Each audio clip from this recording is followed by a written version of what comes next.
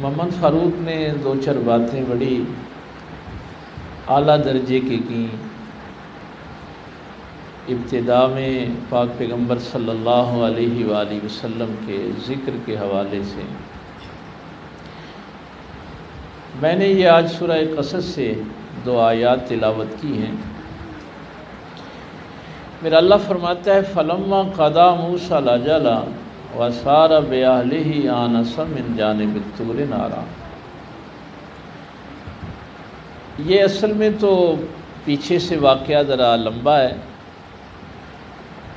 لیکن وہ شروع میں یہاں سے کر رہا ہوں کہ جب حضرت شعیب علیہ السلام سے معاہدہ ہوا تو اس معاہدے میں یہ بات تھی کہ آپ 8 سال ہمارے گھر کی خدمت کریں گے تو پھر میں اپنی بیٹی کی شادی تمہارے ساتھ کر دوں گا، اگر 2 سال مزید کر دیں تو یہ آپ کا احسان ہوگا۔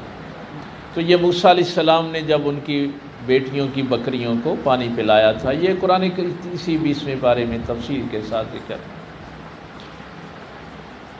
تو اللہ فرماتا ہے کہ فَلَمَّا قَضَىٰ مُوسَىٰ الْأَجَلَ، وہ جو مدت مقرر کی گئی تھی جب وہ پوری ہو گئی، وہ قضا آ گئی، تو شعیب علیہ السلام نے اپنے وعدے کے مطابق اپنی بیٹی صفورہ کی شادی جو حضرت موسیٰ علیہ السلام کے ساتھ کر دی۔ تو وہ اپنی بیوی کو لے کے کوہ طور کی جانب جب روانہ ہوئے تو وہ رات بڑی سرد تھی، ٹھنڈی ہوا چل رہی تھی اور بکریاں تتر بتر ہو گئی تھیں، تو وہ بڑی عجیب سی صورتحال ہو گئی۔ تو آپ نے وہاں ایک آگ کو دیکھا، قال لأہلہم کثوا انی آنست نارا لعلی آتیکم منہا بخبر او جذوۃ من النار لعلکم تصطلون۔ تو آپ نے اپنی بیوی سے کہا کہ میں نے ادھر آگ دیکھی ہے، تو تم یہاں ٹھہرو، میں یا تو تمہارے لیے وہ آگ لے آؤں کہ تم تھوڑے سے اپنے ہاتھ تاپ لو لعلکم تصطلون، یا پھر میں اس کی کوئی خبر لے کے آتا ہوں۔ یہ بس 2 آیتیں ہیں، انہی کے حوالے سے بات ہوگی۔ فَلَمَّا أَتَاهَا نُودِيَ مِن شَاطِئِ الْوَادِ الْأَيْمَنِ فِي الْبُقْعَةِ الْمُبَارَكَةِ مِنَ الشَّجَرَةِ۔ تو عجیب صورتحال یہ ہو گئی کہ اس آگ کے پیچھے جب موسیٰ علیہ السلام چلے تو اس وادی کی دائیں طرف سے، وادی الایمن، دائیں طرف سے آواز آئی، اور یہ بڑی بابرکت چیز ہے کہ ایک تو یہ ہے کہ وہ آگ ایک شجرۃ، اس درخت کے اندر چلی گئی اور اس نے آواز دی یا موسیٰ انی انا اللہ رب العالمین، بے شک میں ہی رب العالمین۔ وہ درخت جو ہے وہ بول پڑا، وہ آگ جو ہے اس میں سے یہ آواز آئی، فی البقعۃ المبارکۃ۔ تو وہ آگ برکت والی اس لیے ہے کہ اس میں جلوہ اللہ کا ہے،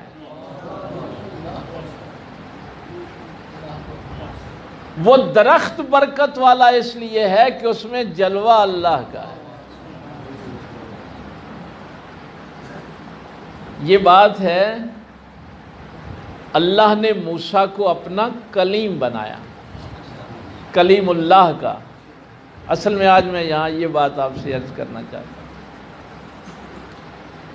اللہ تعالیٰ نے اپنے پیغمبر سے کلام کیا تو اس ذریعے سے کیا۔ ایک دن ابلیس نے سرکار موسیٰ علیہ السلام سے پوچھا کہ آپ کو کیسے پتہ چلا کہ وہ جو آگ اور درخت نے آپ سے گفتگو کی تھی وہ آپ کا اللہ تھا؟ بھئی یہ آپ کو کیسے پتہ چلا؟ یہ ایک خاص مقام ہے جہاں تک میں آپ کو لے کے آنا چاہتا ہوں۔ اس کی وجہ یہ ہے کہ مشرکین مکہ نے بھی یہی کہا تھا کہ ہو سکتا ہے کوئی شیطان آ کے نبی پاک صلی اللہ علیہ وسلم کو کوئی بات بتا دیتا اور وہ آگے کر دیتے ہیں. کوئی ضروری ہے کہ فرشتہ ہی آتا؟ ہم نے کو دیکھا ہے سیڑھی لگا کے فرشتہ آسمانوں سے نیچے اترتا ہوا. تو یہ باتیں ہوتی ہیں، ہر دور میں ہوتی ہیں. اور میرے پاک پیغمبر صلی اللہ علیہ وسلم کا کمال یہی ہے کہ وہ فرشتوں کو بھی جانتے ہیں، شیطانوں کو بھی جانتے ہیں. ان کو پتہ ہے کہ فرشتہ کون ہے اور ابلیس کون ہے. بہرحال وہ ایک علیحدہ موضوع ہے. تو ابلیس نے پوچھا کہ موسیٰ تجھے کیسے پتہ چلا کہ یہ جو آگ ہے اس میں رب العالمین کا جلوہ ہے، اللہ تجھ سے کلام کر رہا ہے. یہ ایک بات میں، یہ چونکہ عقائد کی بات ہے، اللہ جب بات کرتا ہے تو آواز میں نہیں کرتا. یہ ایک خاص عقیدہ ہے جی شاہ صاحب. ہمارا مسلمانوں کا یہ عقیدہ ہے کہ اللہ جب کسی سے کلام کرتا ہے تو آواز میں نہیں کرتا. اللہ جب گفتگو کرتا ہے تو الفاظ میں نہیں کرتا. کیوں؟ اس لیے کہ الفاظ کی بھی جہت ہوتی ہے اور آواز کی بھی جہت ہوتی ہے اور جہت محدود ہوتی ہے. اب میں گفتگو کر رہا ہوں نا تو ایک جہت سے کر رہا ہوں، ادھر سے پیچھے سے نہیں کر رہا. تو جس کی جہت ہو وہ خدا نہیں ہوتا. جو محدود ہو وہ خدا نہیں ہوتا. یہ شاید کسی جمعے پہ میں نے آپ سے یہ عرض کیا تھا کہ یہ جو قرآن کے الفاظ ہیں یہ ہمارے مطابق نازل ہوئے ہیں. جو اس کا اصل کلام ہے نا لوح محفوظ میں، اس کا مقام و مرتبہ اور ہے. یہ تو ہماری استطاعت دیکھتے ہوئے یہ الفاظ جو ہیں ان کا انتخاب کیا گیا. تو یہ میں تھوڑی سی تمہید اس لیے عرض کر رہا ہوں کہ موسیٰ علیہ السلام نے تو ایک جملے میں بات کر دی. فرمایا ابلیس مجھے اس طرح پتا چلا کہ جب میرے اللہ نے مجھ سے کلام کیا تو ہر جہت سے کیا.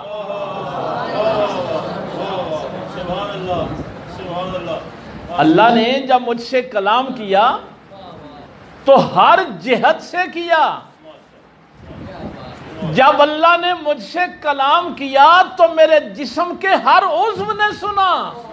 نعرہ تکبیر، نعرہ رسالت، نعرہ حیدری، سرکار قبلہ حافظ صاحب. اسی لیے قرآن کہتا ہے کہ تم نے بھی کوئی بات پوچھنی ہو نا فَاسْأَلُوا أَهْلَ الذِّكْرِ، اور بھائی کسی جاننے والے سے پوچھا کرو. اچھا کئی دفعہ نا کئی لوگ کہہ رہے ہوتے ہیں ہم دین کا دفاع کر رہے ہیں، مناظرے کر رہے ہیں، لوگوں سے بحثیں کر رہے ہیں. بھائی ہمارے اندر دین کا ایک شوق ہے، محبت ہے، جہاد کر رہے ہیں، لوگوں سے لڑ رہے ہیں. کیوں؟ دین کا دفاع کر رہے ہیں. ہو بھائی دین نے اپنا دفاع کرنے کا تمہیں اختیار بھی دیا ہے کہ نہیں؟ پہلے یہ تو دیکھ کہ تجھے اختیار بھی ملا ہے کہ نہیں. قرآن نے کب کہا تھا کہ ہر کوئی دفاع کرے؟ قرآن نے کہا تھا فَاسْأَلُوا أَهْلَ الذِّكْرِ. ہر کوئی دفاع کے لیے نہ اٹھے. جس کو پتا ہے توحید خداوندی کیا ہے وہی ابلیس کو جواب دے سکتا ہے کہ میرے اللہ نے جب مجھ سے کلام کیا تو ہر جہت سے کیا،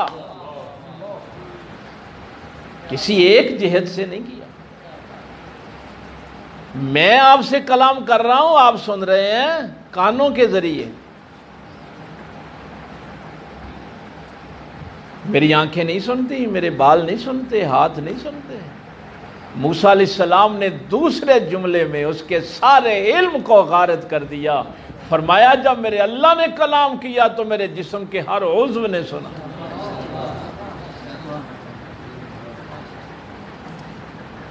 بھئی یہاں اگر بجلی خراب ہو جائے، ایک بندہ آ کے کہے کہ میرے دل میں بڑا شوق ہے مسجد کی محبت کا، اللہ نے اس کے رسول نے حکم دیا ہے، تو میں آ کے بجلی ٹھیک کر دوں، تو ہم اس کا ہاتھ پکڑ کے روکیں گے کہ اگر تو نے بجلی ٹھیک کرنے کا کام سیکھا ہوا ہے تو پھر اپنا کام پورا کرو، ورنہ مسجد کی محبت میں ہلاک ہو جاؤ گے اور موت حرام کی ہوگی، جہاد نہیں ہوگا۔ تمہارا شوق اپنی جگہ، تمہاری مسجد سے محبت اپنی جگہ، لیکن لوگوں کو ہلاکت سے روکنا بھی ہماری ذمہ داری ہے۔ یہ ہے فَاسْأَلُوا أَهْلَ الذِّكْرِ۔ تو اسلام اپنے دفاع کا اختیار ہر کسی کو نہیں دیتا۔ کیوں؟ قرآن کہتا ہے یخرجہم من الظلمات الی النور۔ پاک پیغمبر صلی اللہ علیہ وسلم کس لیے تشریف لائے ہیں؟ کہ وہ تمہیں جہالت سے نکالیں اور نور کی طرف لے کے آئیں۔ یہ بنیادی فلسفہ ہے قرآن کا۔ اسلام نور ہے، دین نور ہے، اللہ نور ہے، اس کا رسول نور ہے، ہدایت نور ہے۔ نور کا دفاع جہالت سے نہیں ہوتا، نور کا دفاع کوئی نور والا کرے۔ اللہ اکبر، یا رسول اللہ، یا علی،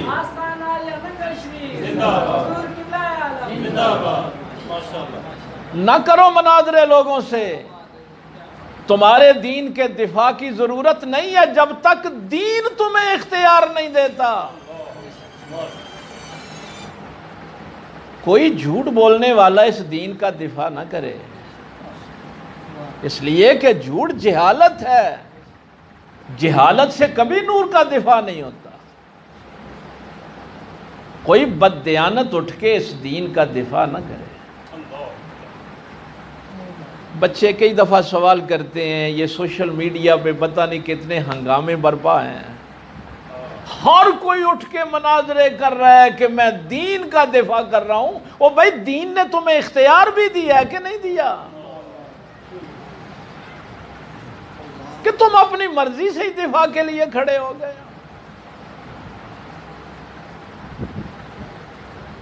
اب اللہ کا جلوہ،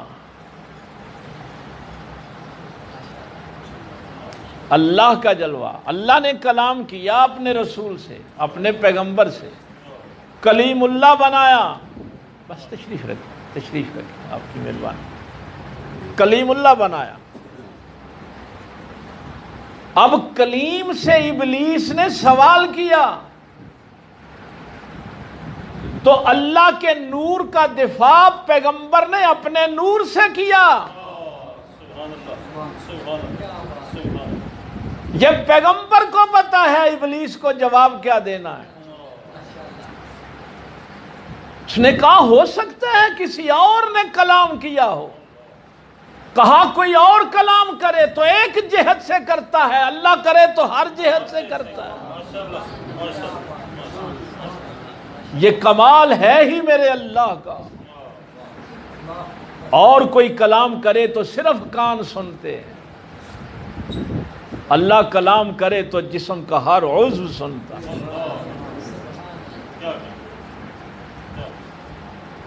لیکن بڑی عجیب بات ہے کہ ایک واسطے کے ساتھ بات کی۔ کیا ہم اس درخت کو اللہ کہتے ہیں؟ قرآن کے الفاظ کیا ہیں؟ انی انا اللہ، بے شک میں اللہ ہوں. آواز آئی ہے اس درخت سے کہ بے شک میں اللہ ہوں. کون اللہ؟ رب العالمین، جو عالمین کا رب ہے. ہائے ہائے ہائے. اگر کسی بندے کے دل میں خدا کے جلوے کا شوق نہیں ہے تو اس کو مرشد کی ضرورت نہیں. کیا اس درخت کو ہم اللہ کہتے ہیں؟ قرآن کے الفاظ ہیں نا، انی انا اللہ، بے شک میں ہی اللہ ہوں. میں اللہ ہوں، رب العالمین. اپنے موسیٰ سے کلام کر رہا ہے اللہ. درخت سے آواز آ رہی ہے. بڑا بابرکت ہے وہ درخت جس میں اللہ کی تجلی جلوہ گر ہو جائے. وہ آگ بڑی بابرکت ہے جس آگ میں اللہ کا جلوہ ہو. لیکن ہم اس درخت کو اللہ نہیں کہتے، ہم اس آگ کو اللہ نہیں کہتے. کیا کہتے ہیں؟ اس میں اللہ کی تجلی جلوہ گر ہوئی. اب یہ وہ تجلیات کا سفر جہاں سے میں نے جو بات شروع کی میں عرض کر دوں تھوڑا سا. الفاظ جو ہیں نا یہ برتن کی مانند، یہ منزل نہیں ہے.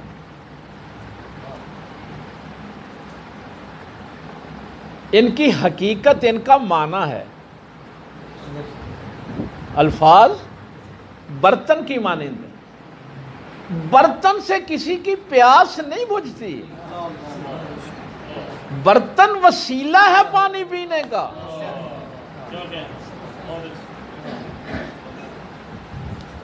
تو معنی جو ہے وہ پانی ہے برتن کے اندر. جس نے ساری زندگی الفاظ تک اپنا سلسلہ رکھا اس کی پیاس نہیں بجھتی. اب معنی جو ہیں ان تک پہنچنے کے لیے ہے فَاسْأَلُوا أَهْلَ الذِّكْرِ، پوچھ ان سے. اس کا معنی تو مفسرین اہل علم ہی کرتے ہیں، لیکن لفظ جو ہے وہ ذکر کا ہے. جس میں اللہ کی یاد ہو اس سے پوچھا کر. خدا کا خوف ہو جس دل میں ان سے پوچھا کر. میں تفسیر ابن عباس جو پہلی تفسیر ہے سعودی عرب والوں نے چھاپی، قَدْ أَفْلَحَ الْمُؤْمِنُونَ، 18واں پارہ شروع ہو رہا ہے. اللہ فرماتا ہے کہ ایمان والے کامیاب ہو. الذین هم فی صلاتہم خاشعون، جو اپنی نمازوں میں خشوع پیدا کرتے. خشیت الہی آ جاتی ہے.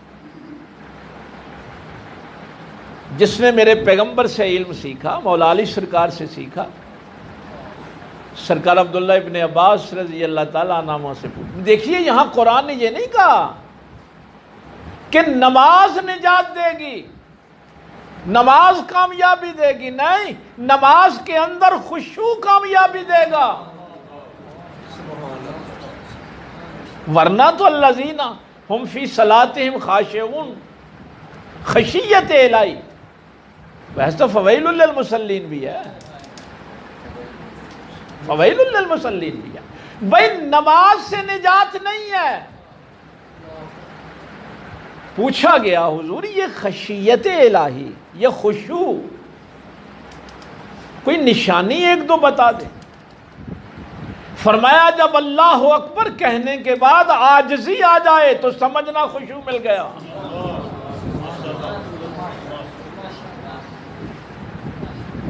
اللہ اکبر اس کو بڑا کہہ دیا نا تو اب چھوٹا بن جانا. نعرہ تکبیر، نعرہ رسالت، نعرہ حیدری، آستانہ عالیہ ننگل شریف، حضور قبلہ عالم. اگر اللہ اکبر کہنے کے بعد عاجزی آ جائے تو سمجھنا خشوع مل گیا، نماز میں خشیت مل گئی۔ دوسری نشانی جناب عبداللہ، میں 14ویں صدی کے کسی مولوی کی بات نہیں کر رہا، یہ تفسیر ابن عباس کے جملے آپ کو عرض کر رہا ہوں۔ فرمایا اب اگر دھیان ادھر ادھر نہ جائے تو سمجھنا نماز میں خشوع پیدا ہو گیا، اور تیرے ہاتھ اور تیرے اعضاء اگر ہلتے نہیں ہیں، ساکت ہو جاتے ہیں، سمجھنا خشوع مل گیا۔ کیوں؟ اس لیے کہ نماز کو میرے پیغمبر صلی اللہ علیہ وسلم نے معراج کہا ہے، الصلاۃ معراج المومن۔ معراج کا واقعہ آپ نے قرآن میں بھی پڑھا، حدیث میں بھی پڑھا۔ معراج کیا ہے؟ معراج مشاہدہ ہے۔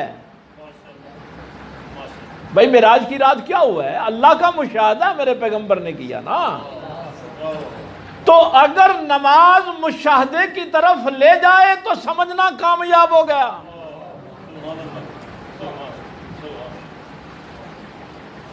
نماز میں کبھی مشاہدہ ہو جائے،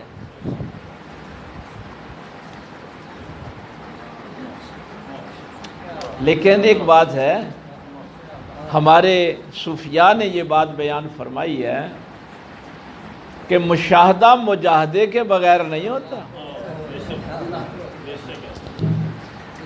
مشاہدہ مجاہدے کے بغیر نہیں ہوتا۔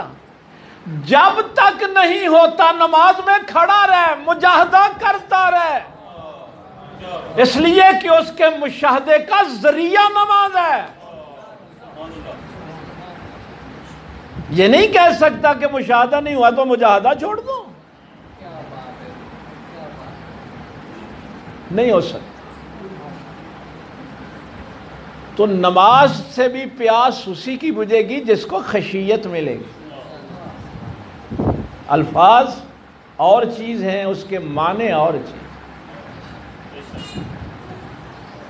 یہ 3 مقام ہیں۔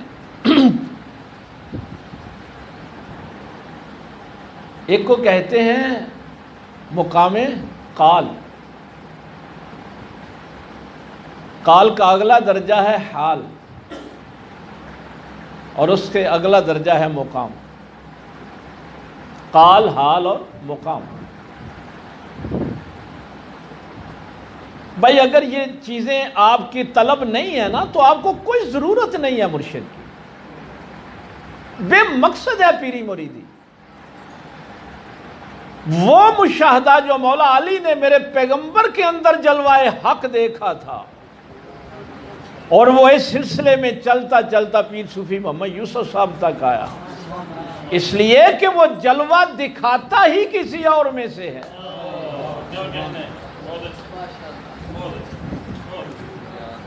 تجلی بھی گری تھی تو پہاڑ پہ گری تھی، اور کہا تھا کہ موسیٰ اس پہاڑ کو دیکھ اگر مجھے دیکھنا۔ یہ جو پھر وہ لفظ جو آ جاتے ہیں، پھر میری مجبوری بن جاتی ہے۔ میں لفظ ادا کرنے لگا تھا طلب، اور یہ شاید پہلے بھی میں نے کسی موقع پہ آپ سے عرض کیا تھا کہ طلب ہی توفیق ہوتی، لیکن یہ بھی دل کی 2 کیفیتیں، ایک ہے دل کی چاہت، ایک ہے دل کی طلب۔ ان دونوں میں بڑا فرق ہے۔ یہ چیزیں چونکہ کتابوں سے آپ کو نہیں ملیں گی، یہ وہ علم ہے جو سینہ بسینہ ہمارے تک پہنچتا ہے، اس لیے ہم نے وہ آگے آپ تک منتقل کرنا ہوتا۔ چاہت ہر وہ ذائقہ جو میرے جسم کے لیے، اس کا اہتمام میں کروں، میرا کوئی دوست کرے، میرے گھر والے کریں، اس کو چاہت کہتے۔ ہر وہ ذائقہ جو میری روح کے لیے ہے اس کو طلب کہتے۔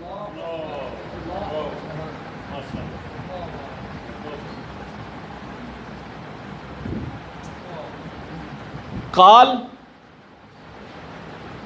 میں نے قرآن کے الفاظ پڑھے،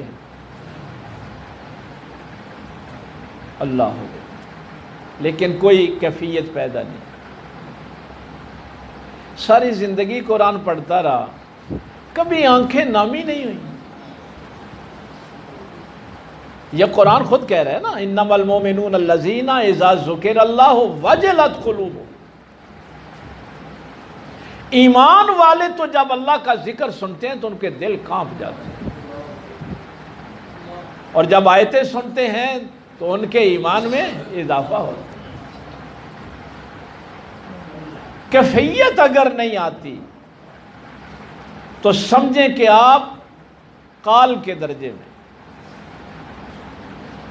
لیکن ثواب تو ملتا رہے گا، ایک ایک حرف کی 10 نیکیاں ملتی رہیں گی، لیکن ابھی آپ نے یہ سفر طے نہیں کیا۔ میں کہتا ہوں الرحمن الرحیم، میرے اوپر کوئی کیفیت نہیں، مقام قال ہے، کوئی کیفیت نہیں۔ لیکن کچھ وہ ہیں جو کہتے ہیں الرحمن الرحیم تو وجد میں آ جاتے ہیں۔ رحمان میری ضرورت کے مطابق دینے والا، رحیم میرے عمل کے مطابق دینے والا۔ کسی کو پتا ہو کہ رحمان کون ہے اور رحیم، مالک یوم الدین پڑھا، کوئی کیفیت نہیں ہے، ساری زندگی سورہ فاتحہ پڑھتے ہیں۔ لیکن اگر اس کو، یہ میں پہلے یہ 2 جملے عرض کر دوں، قال کے بعد اگر کیفیت پیدا ہو، یعنی لفظوں کے اندر سے معنی نصیب ہو جائیں، معنی نصیب ہوئے، کیفیت آئی، چلی گئی، یہ حال ہے، اور یہ بڑی کمال کی جگہ ہے۔ ہاں، یہ بڑے خاص لوگوں کو نصیب ہوتی، کیفیت مل گئی لیکن چلی گئی، رکی نہیں، اس کو حال کہتے ہیں۔ کیفیت آئی اور پھر رک گئی، یہ مقام ہے۔ مرشد کے ہاتھوں کو بوسہ دیا، کیفیت آئی، چلی گئی، لیکن اگر وہ قائم رہی تو آپ کو مقام مل گیا۔ اس لیے ہمارے ہاں یہ بات تصوف کی زبان میں یہ کہی جاتی ہے کہ حقیقت کا جو عشق حقیقی کا سفر ہے وہ مجاز سے ہوتا ہے۔ مجاز جو ہے وہ ضروری ہے۔ اب ہمارے ہاں مجاز یہ ہوتا ہے کہ کسی عورت سے عشق ہو گیا، کسی لڑکی سے ہو گیا، محبت ہوگی، ہم اس کو عشق مجازی کہتے ہیں۔ اولیاء اللہ کے ہاں یہ نہیں ہے، اللہ کے ولیوں کے ہاں عشق مجازی کی یہ ڈیفینیشن ہے۔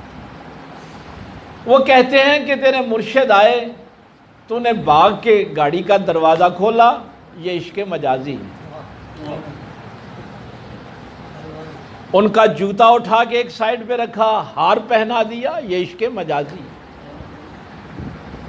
ان کے لیے اچھے کھانے کا، بستر کا اہتمام کیا، وضو کروایا، یہ ساری کیفیتیں مجاز ہیں، کیونکہ دیکھ کر کیفیت آئی ہے۔ چلے گئے تو کیفیت بھی چلی گئی۔ اور اگر اس کو یہ فنا فی الشیخ، فنا فی الرسول اور فنا فی اللہ، فنا فی الشیخ کی منزل یہ ہے کہ عشق حقیقی یہ ہے کہ جب وہ چلے جائیں، تیری آنکھوں، ظاہری آنکھوں سے اوجھل ہو جائیں، اب بھی ویسے ہی رہ جیسے ان کے سامنے تھا۔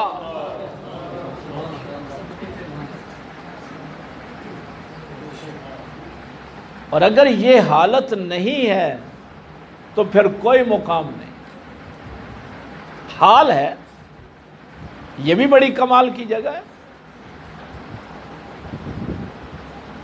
پھر ہوتا یہ ہے، کسی معذور کو دیکھا، کسی نابینا کو دیکھا، کیفیت پیدا ہوئی، جو کچھ پاس تھا نکال کے دے دیا۔ کبھی آپ کو یہ جملے بھی سننے کو ملتے ہیں کہ آج ہمارے جو صاحب ہیں وہ بڑے اچھے موڈ میں ہیں، آج جو مانگو گے دے دیں گے۔ اس کا مطلب ہے کہ موڈ ہوگا تو دیں گے، نہیں ہوگا تو نہیں دیں گے۔ اللہ فرماتا ہے نہیں، ایمان والے کسی موڈ میں بھی ہوں، وہ نماز میں بھی ہوں تو علی اس حالت میں بھی عطا کر دیتے۔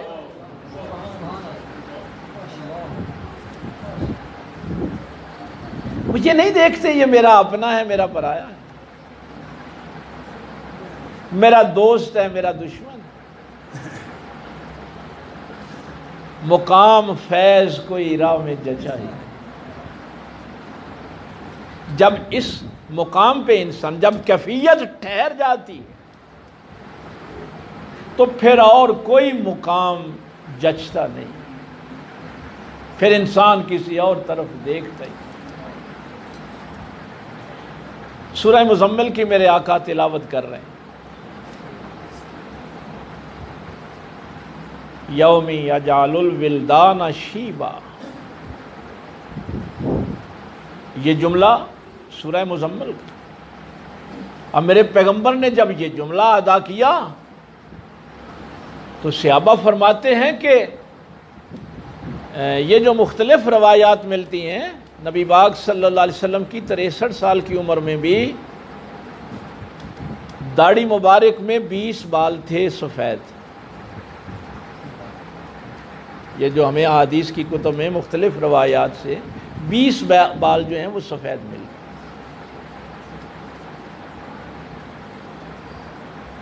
لیکن پوچھ لیا، یا رسول اللہ صلی اللہ علیہ وسلم آپ کے چہرے پہ بڑھاپا آ گیا؟ بال تو کالے تھے، بڑھاپا آ گیا؟ یوم یجعل الولدان شیبا، وہ دن کیسا ہوگا، قیامت کا دن جب بچے بوڑھے ہو جائیں گے۔